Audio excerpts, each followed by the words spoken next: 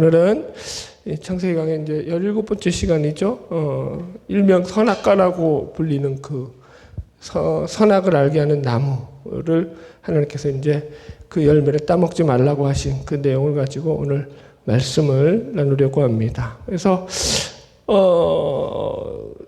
우리가 이제 먼저 왜 하나님께서 굳이 선악과를 만드셨느냐라는 이 선악과를 만드신 이유에 대해서 잠깐 생각해 보려고 해요. 그러니까 이 선악과의 문제는 믿는 사람도 마찬가지고 또 비그리스도인이죠. 비기독교인들 중에서도 이것을 가지고 궁금해하고 질문을 던지는 사람들이 많습니다. 아니, 신이라고 하면은 전지전능하신 존재라는 것이고 그 신이 그러면은 이 선악과를 만들었을 때 인간이 그걸 따먹을 것을 신이 몰랐을 리가 없다.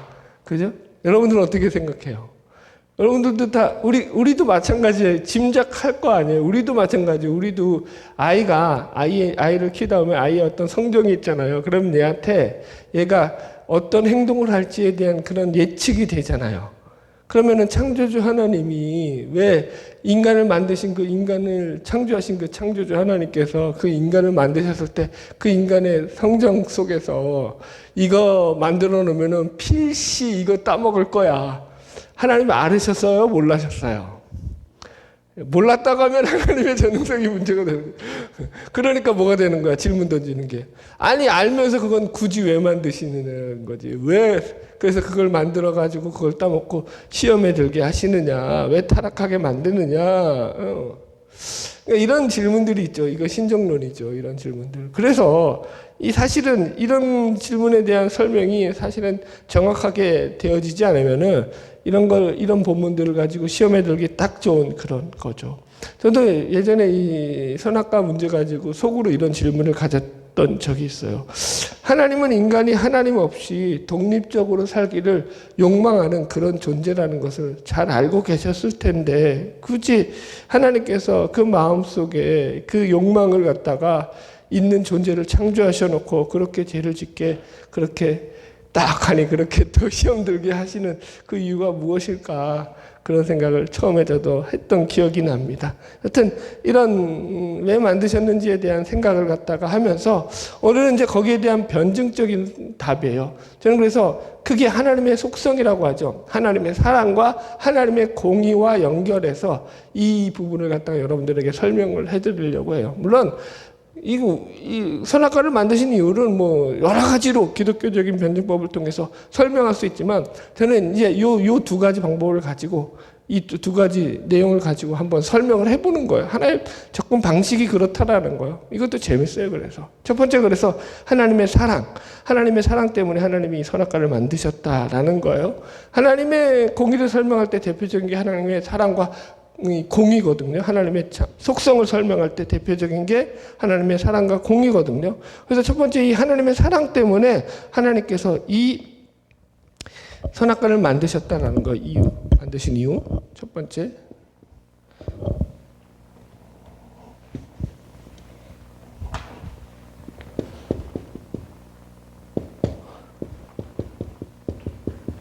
자, 이 하나님의 사랑을 저는 뭘로 연결하냐면은 율법과 연결시켜서 생각을 해봤어요.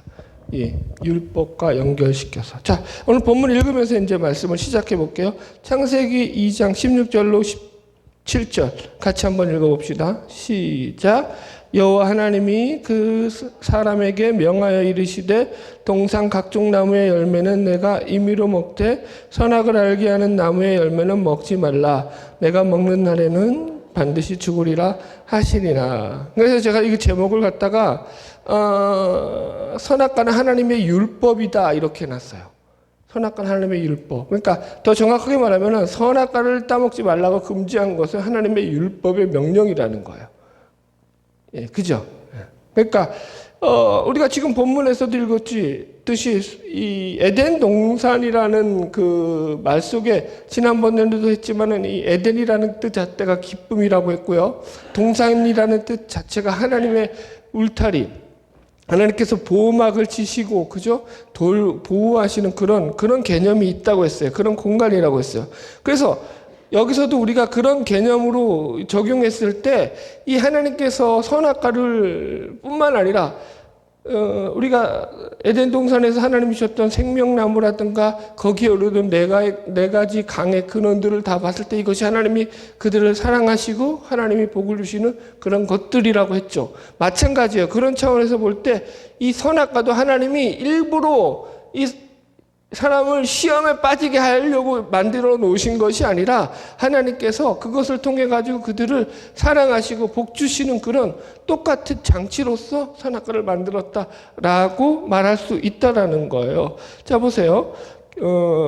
기본적으로 율법이라는 것은 하나님께서 주신 명령이에요. 여기 써놨죠. 에덴 동산에서도 율법이 있었다. 율법이라는 건 하나님이 하라 하지 말라 하신 명령이잖아요.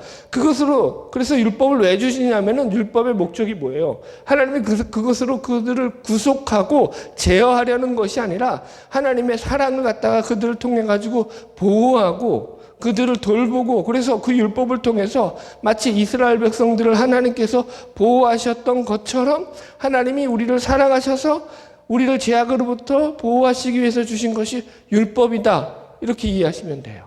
그렇다면은 율법은 여기서 무슨 역할을 하는 거예요? 울타리 역할을 하는 거죠. 그죠?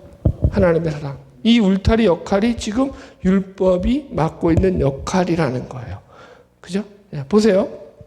2번 율법의 역할 울타리. 라이프 성경 사전의 정의로 율법을 이렇게 정의하고 있더라고요. 율법은 하나님의 백성으로 하여금 세상에서 거룩히 구별하여 살도록 하기 위해서 하나님께서 친히 세우신 법이다. 그러니까 율법을 통해 가지고 하나님이 죄를 드러나게 할 뿐만 아니라 그것을 통해서 하나님께로, 그리스도께로 정확하게 말하면 인도하는 그런 역할이 있습니다. 그래서 이 율법을 통해 가지고 하나님께서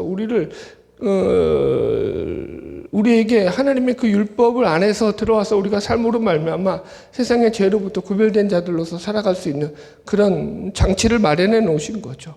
그런데 문제는 그 율법으로 의롭다 할 인간이 없는 거죠. 그러면서도 그것으로 자기 의를 세우려고 했던 게 유대인들의 문제였고요. 어쨌든 이 율법 속에서는 하나님의 선하심의 요소가 담겨 있다라는 거예요. 그죠? 그래서 그렇게 놓고 볼 때 이 선악과의 말씀을 통해서 율법의 개념으로 얼마든지 우리가 하나님이 이 명령을 주신 것을 이해할 수 있어요. 그죠?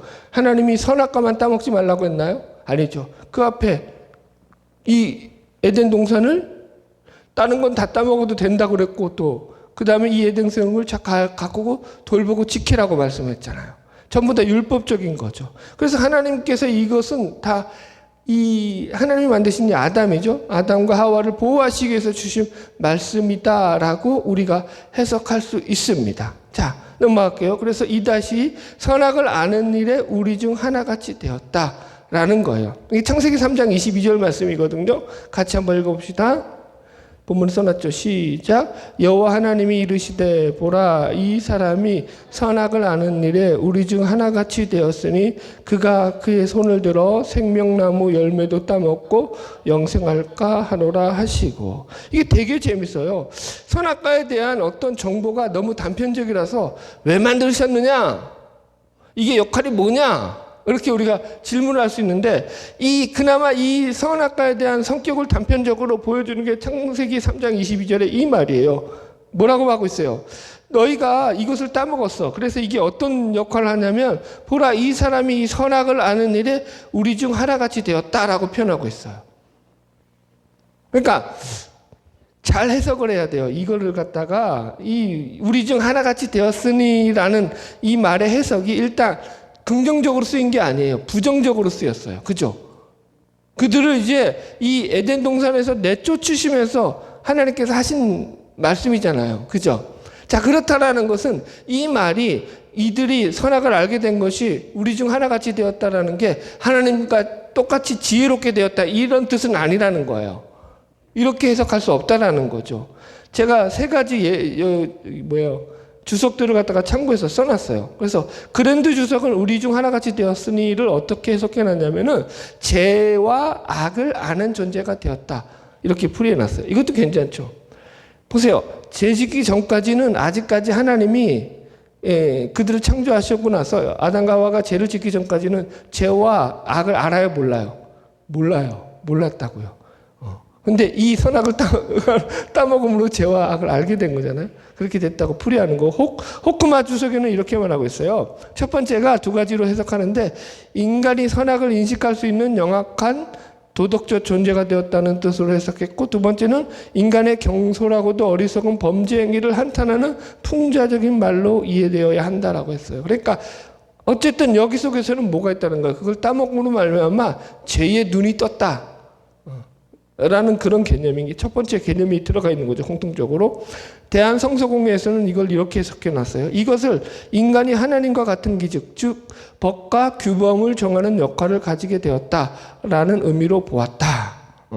이것도 대단히 중요한 거죠. 그러니까 이게 인간이 선과 악을 알게 되었다라는 게 단순히 이게 이제 선악을 분별하는 그런 지혜를 갖게 되었다라는 개념이 아니라, 이것을 통해 가지고 하나님과 같은 기준을 갖게 되었는데, 그게 뭐냐면은 그들이 법과 규범을 갖다가 자기들이 만들고 그 범위를 정하는 일을 하는 거예요.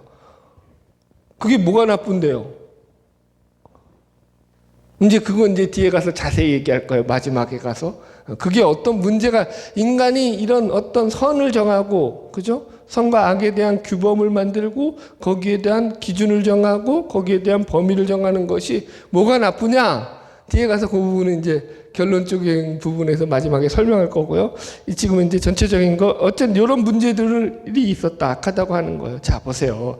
그러니까 이렇게 써놨어요. 제가 그 뒤에 코멘트를. 무조건 오래 사는 것만이 복이 아니다. 왜? 보세요. 하나님께서 에덴 동산에서 이들이 선악과를 따먹고 난 뒤에 죄를 짓고 내쫓았단 말이에요. 그 이유가 뭐냐면은, 그거 먹고, 여기 다시 보세요. 3장 22절. 그들이 손을 들어 생명나무 열매도 따먹고 영생할까 하노라. 에덴 동산에서 계속 있으면 생명나무 먹고 계속 영생을 하는 거예요. 근데 영생하는 게 얼마나 좋은데. 근데 그게 하나님 볼 때는 그게 복된 삶이 아니라는 거예요. 자, 보세요. 제가 코멘트를 이렇게 해봤죠. 아담부터 노아 홍수 때까지 그 연대를 계산해 보니까 대략 1640년이 나와요. 이때 세대 수는 10세대가 나와요. 아담부터 해가지고 셋, 에노스, 게난, 마할랄렐, 야렛, 에녹, 무두셀라, 라멕, 노아까지 10세대가 흘러요. 그런데 보세요. 그때 보통 수명이 800에서 900살이었잖아요. 그죠? 무두셀라는 900살 또 훨씬 후대로까지 살고. 그럼 무슨 얘기예요? 10세대지만은 1600년도니까 800년이라고만 쳐더라도 한 두세 대밖에 안 지났다라는 거예요. 사람의 수명이 그렇게 길었다라는 거예요. 성경이 그렇다고요. 내가 뭐 살아봤어. 진짜 알아. 성경이 그렇게 오래 살았다고요. 자, 그러면 오래 살면은 좋은 거예요? 나쁜 거예요?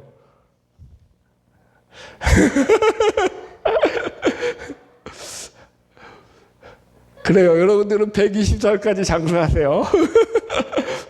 자, 보세요. 이게 요즘은 덕담이 그거라. 120살까지 살라고. 여튼 간에. 근데 성경은 뭐라고 말하냐면은, 하나님을 외면하고 죄를 지은 인간이 그 죄성을 가지고, 그죠? 그 죄성을 가지고 오래 사는 것은 그게 복이 아니라 저주라고 얘기한다고요. 네. 자, 보세요. 이게 왜 그러냐면은, 창세기 5장 5절로 6절 제가 코멘트 다는 거 읽어보세요. 같이 읽읍시다. 시작. 여호와께서 사람의 죄악이 세상에 가득함과 그의 마음으로 생각하는 모든 계획이 항상 악할 뿌림을 보시고 땅 위에 사람 지으셨음을 한탄하사 그 마음에 근심하시고, 그리고 홍수로 쓸어버리셨단 말이에요. 무슨 얘기예요? 사람이 오래 살면 살수록 그 안에 죄성을 가지고 있는 인간이 오래 살면 살수록 그게 더 선이 발현되어 나오더라, 악이 발현되어 나오더라, 악이 발현되어 나오더라.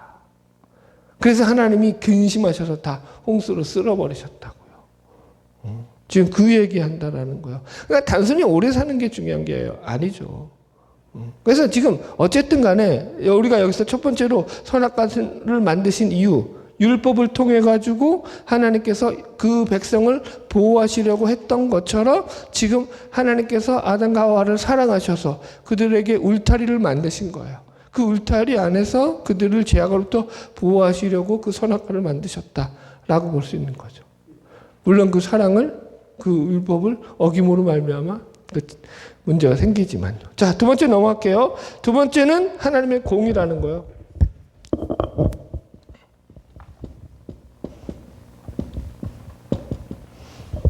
자, 일단 하나님의 공의에 대한 정의를 좀 내려야 되거든요. 이 하나님의 공의에 대해서 오해하는 것 중에 하나가 뭐냐면은 이 하나님이 공의롭다라는 것을 가지고 하나님의 사랑과 좀 이게 뭐라 그럴까요? 서로 이게 맞지 않다라는 생각하는 사람들이 많아요. 예를 들어서 첫 번째 오해가 왜 사랑의 하나님이 지옥 같은 걸 만드시느냐. 그죠? 어떻게 생각하셔요? 그게 하나님의 사랑과는 전혀 거리가 있지 않느냐라는 거예요. 하나님이 지옥을 만드셔서 그렇게 사람들을 심판하시고 하나님께서 저주를 하실 거면은 하나님의 사랑은 도대체 어디 있는 거냐라고 해서 이 하나님이 내리는 이 지옥의 무서운 심판에 대해서 심지어 이제 믿지 않는 그런 데도 되게 많죠. 자유주의 신학하는 분들 중에서도 많이 이 지옥을 안 믿는 분들도 있고요. 안식교라든가 여호와의 증인들도 지옥을 일단 부정해요. 그런 거예요. 여러분들. 그러나 여러분 하나님의 공의라는 것은요. 하나님의 사랑과 이게 같이 가는 거예요. 하나님의 의로운 그런 어떤 구원과 더불어서 구원만 있지 않고 거기에 심판도 같이 있다라는 거죠. 여러분들. 이거 어울리지 않는 게 아니라 이게 하나님의 공의에 대한 속성이라는 거예요. 두 번째, 하나님의 공의를 얘기할 때 세상이 너무 불공평하다는 거야. 공의라는 것이 공평하다라는 의미가 있거든요. 이따 뒤에서 다루겠지만. 그런데 세상을 보면은 공평하지가 않잖아요. 그러니까 하나님의 공의가 어디 있느냐는 거지. 이건 사실 저도 좀 하나님 앞에 좀 따져보고 싶은 내용이기도 해요. 얼마 전에도 이제 이 유튜브죠. 거기서 이제 어떤 그 동영상을 봤는데 네모 이거 짝 맞추는 거, 색깔 맞추는 거 있잖아요. 그죠? 큐브인가요? 아, 제가 이거 무식해가지고 큐브다, 큐브 맞아. 큐브인데 이 큐브를 맞추는데 어떻게 맞추냐면은 그냥 맞추는 것도 아니에요. 한 20-30개가 쫙 놓여 있는 것 같아, 이 앞에. 큐브들이. 그런데 다 제각각 모양이 틀려요. 그래서 순서대로 쫙 놓여 있는데 이 사람이 하나하나씩 그걸 갖다가 딱 살피는 거야. 큐브를 맞히는 사람이요. 살피더니 눈에 안대를 쫙 하는 거예요. 다 애운 거지. 맞히는 그 조립 방식을. 그래가지고는 눈을 안대를 하자마자 이거 이제 앞에서 처음부터 봤던 순서대로 타타타타타 하면서 맞춰 나가는 거야. 야, 그런데 하나도 안 틀리고 그거 20-30개를 갖다가 제가 볼 때는 30개도 더 되는 것 같아요. 그 1시간 만에 쫙 다 맞춰. 와. 처음에는 우와 대단하다. 그랬다가 나중에 어떻게 됐을까요? 아, 배알이 꼬이더라고요. 아니 누구는 저렇게 참네. 그죠? 안 그렇게 하나 좀 너무 불공평하잖아요. 누구는 저렇게 탁월한 머리를 주시고 누구는 아주 그저 그렇지도 않은 그런 하여튼 그랬었어요. 네, 그런 거 보면은 좀 속상하긴 해요. 완전히 공평하진 않죠.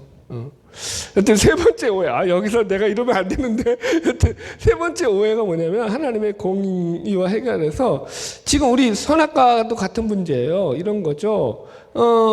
한 장 넘겨보세요. 이 페이지 보면은 인간이 죄를 범할 것을 알고도 왜 하나님께서 선악과를 만드셨느냐. 그러니까 아까도 이거 첫 번째 질문했던 거랑 똑같죠. 우리가 시작하면서 선악과를 만들어 놓았다라는 것 자체로 하나님의 공의가 깨진다라고 보는 거죠. 왜 죄를 짓게 만드시느냐 그거 가지고. 그런데 이제 하나님의 공의에 대한 것을 우리가 좀 더 정리하자 보면은 이게 하나님의 선악과를 만드신 목적이 하나님의 공의와 배치되지 않는다는 걸 알게 되거든요. 첫 번째, 하나님의 공의는요, 공평한 추와 같아요. 이 공의라는 말이 히브리어로 ጼ데크라는 말인데, 공의, 공정, 올바름, 의로움 이런 뜻을 가지고 있어요. 그래서 이 단어는 하나님의 거룩한 본성과 올바른 통치를 나타낸다. 크리스찬 라이프를 참고했어요. 거기에 나온 거. 그래서 제가 이제 참고 본문을 갖다가 잠언서 16장 11절을 썼어요. 공평한 저울과 접시 저울은 여호와의 것이요 주머니 속의 저울추도 다 그가 지으신 것이니라. 그러니까 이게 하나님의 공의라는 것은 공평한 추처럼 저울처럼 어느 한쪽으로 치우는 것이 아니라 모든 인간에게 공평한 저울로 주어지는 의라는 거예요. 그러니까 이게 구원만 있지 않고 그래서 하나님의 심판도 주어지는 거예요. 공평하죠. 그렇죠. 그죠? 여러분 심판만 있으면 억울하잖아요. 근데 구원만 있으면 그러면은 그것도 억울한 거예요. 왜냐면은 의인이 악인으로부터 피해를 입잖아요. 그죠? 옛날에 그런 사건이 있었죠. 그 누구예요? 이제 이 억울하게 이제 이 애가 그러니까 악당할 때 죽은 거예요. 그냥 살해를 당한 거예요. 그 엄마가 막 눈물을 흘리면서 그 하소연을 했던 거 아니에요. 나와가지고 만약에 우리 자식을 저렇게 비참하게 무참하게 죽인 저 인간을 이 신이라는 존재가 심판하지 않는다. 그러면은 나는 그런 신은 절대로 믿지 않겠다라고 말입니다. 여러분 심판해야 될 거야, 안 할 거야, 될까요? 당연히 해야죠. 그게 법이죠. 근데 인간의 법은 어때요? 인간의 법은요, 그게 공의로 작동하지가 않아요. 우리가 법이 있음에도 불구하고 그 법이 어때요? 우리의 마음에 썩 들게, 판사들이 우리의 마음에 썩 들게 그렇게 판결을 내려주던가요? 세상이 그렇던가요? 그러면 왜 유전무죄, 무전유죄라는 말이 왜 나오겠어요? 네? 네. 그죠? 여러분들. 그러니까 이런 부분이 있다라는 거예요. 그래서 하나님의 공의는 공평한 추와 같다라는 차원에서 이런 하나님의 이 심판도 같이 나오는 거고요. 두 번째, 그래서 하나님의 공의는 선과 악을 드러낸다라는 거예요. 어느 한쪽에 치우치지 않는다라는 거예요. 그래서 어느 쪽이 선이고 어느 쪽이 정의이며 또 반대로 어느 쪽이 악이고 죄라는 것을 하나님께서 분명하게 드러내요. 그런 차원에서 이 공의는요, 하나님의 공의는요, 뭐와 관련이 있냐면 자유의지와 관련이 있어요. 인간의 자유의지. 자, 보세요. 하나님의 사랑이 이 선악을 알게 하는 나무를 만들어주신 것이 율법과 관계가 있고 울타리와 관계 있다면 하나님의 공의로 볼 때 선악을 알게 하는 나무를 만드신 것은 하나님이 인간에게 주신 자유의지와 관련이 있다라고 해석을 했어요. 자, 보세요. 자, 공의와 자유의지예요. 자유의지가 더 크다. 하나님이 선악과만 만드신 것이 아니라 인간에게 그것을 안 먹을 수 있는 자유의지도 함께 주셨다라는 거예요. 이해하셨죠? 이게 공의라는 거예요. 선악과만 있으면 그건 좀 불공평하죠. 시험에 들 수밖에 없는데. 그래, 안 그래요? 근데 하나님께서는 그것만 준 게 아니라 자유의지까지 함께 주셨다니까요. 그래서 그것을 거부할 수 있는 그 권리도 책임도 인간에게 주셨다는 거예요. 의지도. 그래서 인간은 하나님이 주신 이 자유의지를 가지고 얼마든지 하나님을 믿을 수도 있고 반대로 하나님을 거부할 수도 있는 그런 그래서 이걸 갖다가 마틴 루터도 그렇고 칼빈도 그렇고 신학자들은 그 완전한 자유의지라고 표현을 해요. 완전한 자유의지. 예. 여러분들. 자, 보세요. 제가 그 다음 코멘트를 질문하는 인간이라고 했어요. 이게 되게 재밌는 게요. 성경에서 처음으로 하나님께서 사람을 향해서 어떤 금지 명령을 내린 게 지금 창세기 오늘 본문에 나오는 2장 16절과 17절 말씀이에요. 예. 그죠? 그러니까 이런 금지 명령이 나오니까 이때부터 인간들이 반응을 해요. 질문을 해요. 자, 보세요. 창세기 1장을 우리가 쭉 달아왔지만 계속적으로 하나님께서 인간을 위해서 어떤 일을 행하시고 복을 주시고 그런 말씀들을 할 때는요, 거기에 대해서 질문하는 인간이 있었어요? 없었어요? 하나님 왜 그러십니까? 그렇게 묻는 인간이 없죠.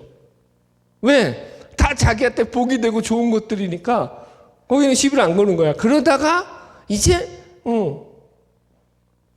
금지하는 게 나오니까 왜 이걸 만드느냐고 이제 거기에 드디어 반응을 보이더라는 거예요. 이 반응을 보인다라는 게 뭐예요? 이 반감이 뭐라는 거예요? 그것조차도 하나님이 우리에게 주신 자유의지 때문에 그게 나오는 거예요, 여러분들.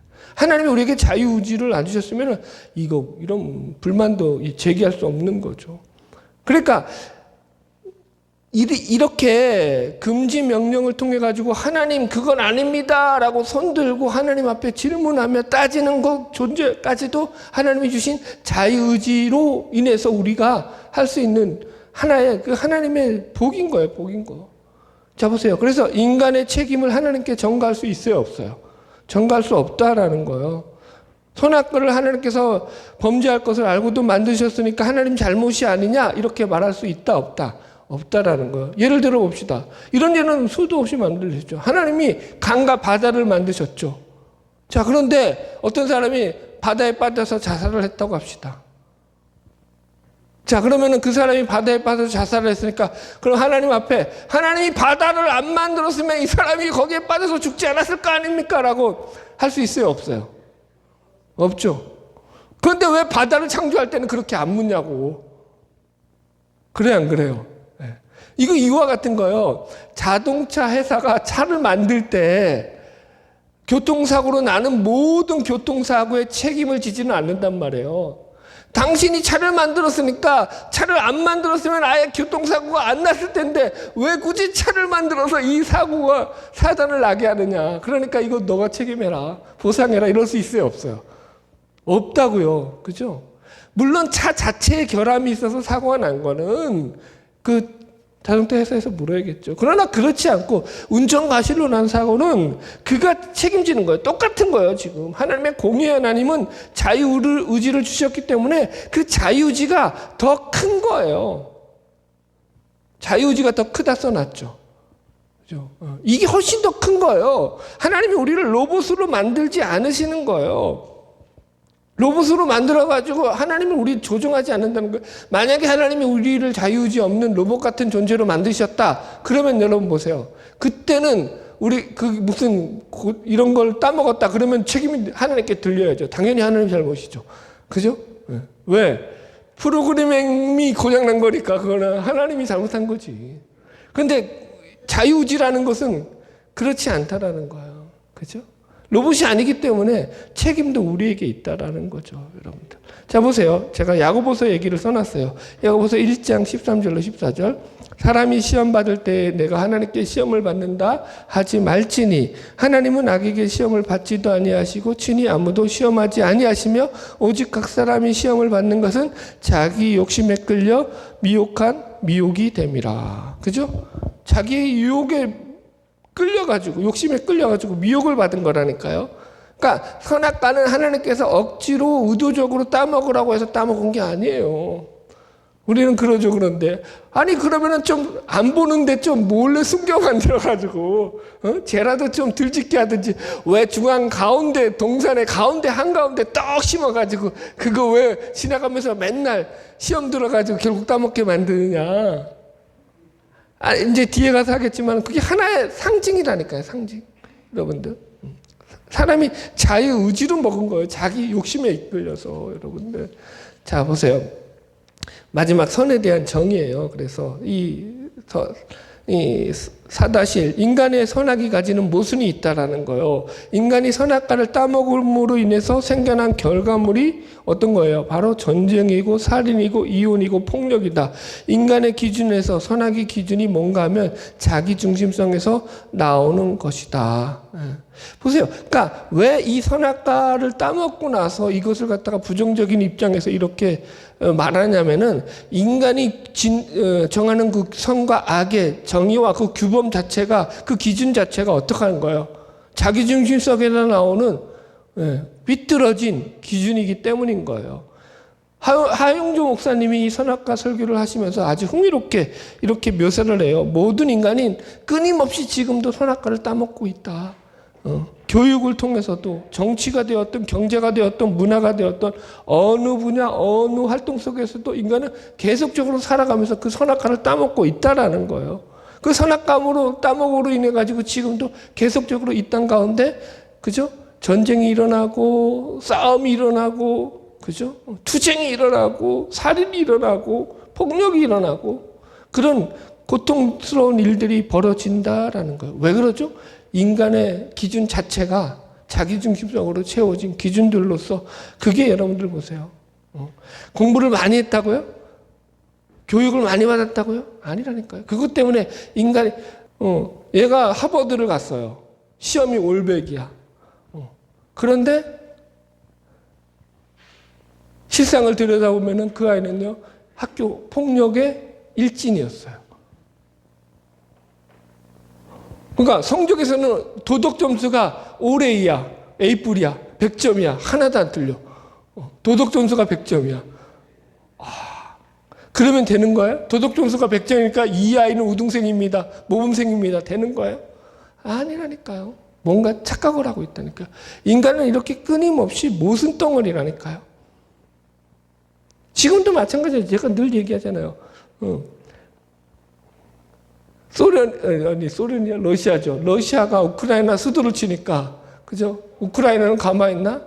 또, 러시아의 수도 모스크바를 때리는 거죠. 그럼 서로 비난하는 거죠. 이것들이 말이야. 누구 잘못이에요? 물론 러시아 잘못이죠. 이놈 새끼가 먼저 시작을 했으니까. 그러니까 인간은요, 다 자기 기준에서 본다니까요. 재밌는 얘기 하나 해드릴까요? 시간이 너무 많이 남았어. 내가 너무 빨리빨리 땡겨와서. 멕시코에서, 이거 다 지저분한 얘기긴 한데, 얼마 전에 또 나온 거예요. 멕시코에서 시어머니가, 며느리 방으로 따라 들어가가지고는 총으로 며느리를 쏴 죽여버렸어요. 그런데 그게 녹화가 된 거야. 홈캠에 그대로. 그리고는 나와서 아들이 와 그러냐고 막 뭐라고 물으니까 그 엄마가 그러는 거예요. 얘가 나에게서 너를 뺏어갔다. 얘는 나의 모든 것을 뺏어간 여자다. 그러면서 그렇게 자기를 화나게 했다. 죽인 이유가 그거예요. 처음에 시작이 그거예요. 얘가 나를 화나게 했어. 그래서 내가 그렇게 했다는 거야. 아무것도 아니야. 별거 아니야. 이렇게 얘기해요. 죽여놓고. 와. 아들을 뺏어갔대요. 와. 그럴 수 있나? 모르겠어요. 하여튼간. 인간이 얼마나 여러분들 그러니까 인간이 가진 그 중심성이 얼마나 무섭냐고요. 재성이. 그게 선이라고요. 우리 교회는 안 그렇다고요? 아유 여러분들. 구목사파, 신목사파. 그죠?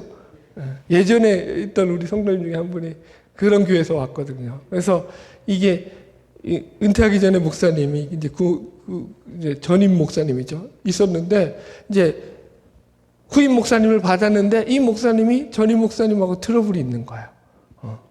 그래가지고 마음에 안 든 거야. 근데 나가라고 했는데 후임 목사님이 나갈 데가 어디 있어? 들어왔는데 그 교회 자기도 이제 사임하고 여기 온 거잖아요. 못 나가는 거지. 그러니까 이제 전임 목사님 편 반, 후임 목사님 편 반, 반으로 딱 나뉜 거예요. 그래가지고 싸움이 붙었네. 위층에서는 전임 목사님 패들이 모여가지고 마귀 들고 싸울지라. 그러면 아래층에서는 똑같이 신임 목사파가 모여가지고 마귀 들고 싸울지라 똑같이 하고 있고. 누가 마귀인 거예요, 여러분들? 여러분들. 이게 그러니까 인간은요, 그 선이요, 여러분들. 인간이 말한 선은요, 진정한 선이 될 수 없다니까요. 그죠? 그만할게요, 자꾸.